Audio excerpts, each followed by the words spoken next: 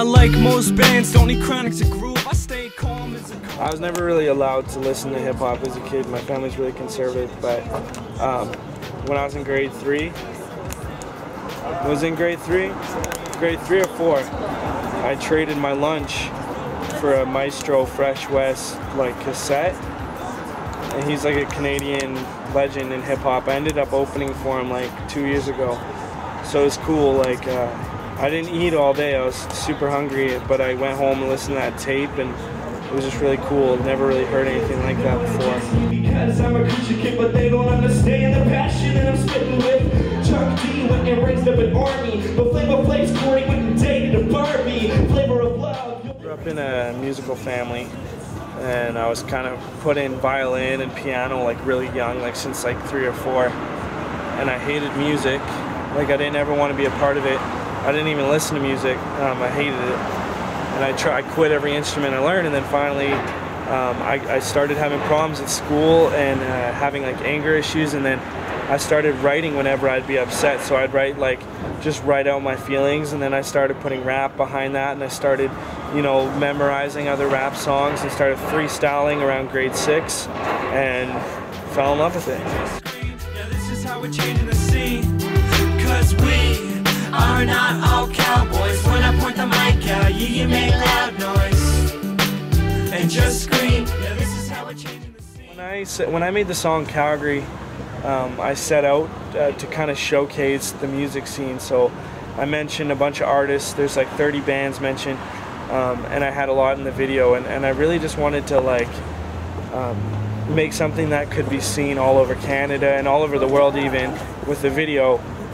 And kind of just show people another side of Calgary.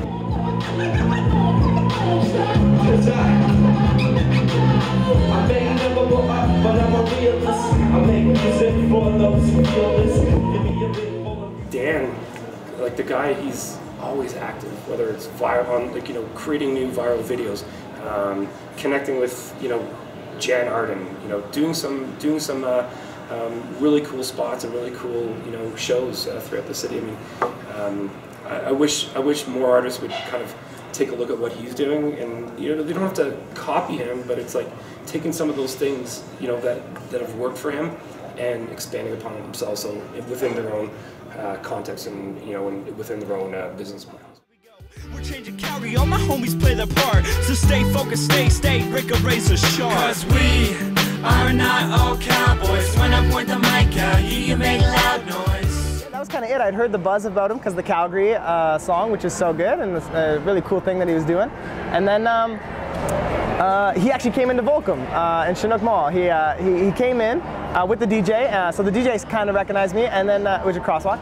And so I was yo, I pretty much gave him the hey, I'm an MC as well, kind of pledge, I was just hey man, I'd love to do work with you, blah, blah, blah. I was I'm this guy, you should check my stuff out, buy my demo. Not actually, but no, but I did, I thought he was a cool guy. And he was really respectful, and he was really cool, because I feel a lot of the time someone could do that and you would just be okay, just another somebody. But he's okay, word, I'll check your stuff out. And he did, and he loved it. Came out to one of my shows to kind of see me do it live, loved it, and we've kind of been, hanging out ever since. We've been good bros ever since. When I started out, nobody gave me a shot. Nobody would respond to my messages. None of the hip-hop promoters even cared. And then I started getting in with bands and freestyling in between sets and stuff like that.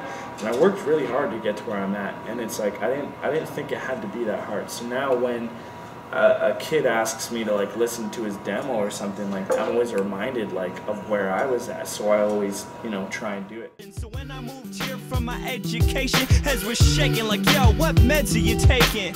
But we are more than your stereotypes, so turn up your stereo tonight. Everywhere I go, these people, they ask me, where is my home now? And I tell them it's Calgary. Some people don't get it, turn their noses up at me. The scene is expanding in the city of Calgary. Calgary accepted me in a way that musically Victoria didn't. The scene in Victoria is just pretty dead. So when I moved out here, I didn't really think that I had much of a shot with it being a Calgary country town. But it was the exact opposite. You know, I got acceptance from country fans, metal fans, hip-hop heads, whatever. And so it just became like really awesome to me to have the city accept me so much and rep me so much. So then I was like, I need to return this favor, and I got really passionate about the people here and kind of just how open-minded people were, that I really wanted to put that out there.